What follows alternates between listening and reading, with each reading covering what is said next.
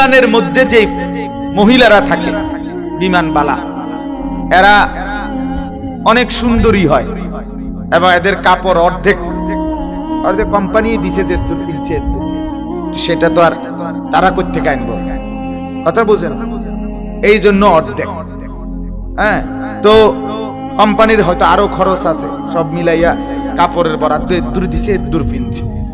তো এই অল্প অল্প কাপড় পরে এরা আপনার এই খেদমত করে, মানে অর্থাৎ বিমানে সেবা করে। এই মহিলাগুলো অপরূপ সুন্দরী। তো এই বেচারা ওই শেঠ ব্যবসায়ী, উনি হযরতের পাশেই বসা। তো এই মহিলারা তো আসতেছে যাইতেছে, উনি হযরতকে বলতেছেন, হযরত হযরত দেখেন দেখেন, আস্তাগফিরুল্লাহ আস্তাগফিরুল্লাহ, মহিলাগুলোর কাপড় চোপড়ের কি অবস্থা। তো হযরত তখন বললেন, আরে ভাই, তোমার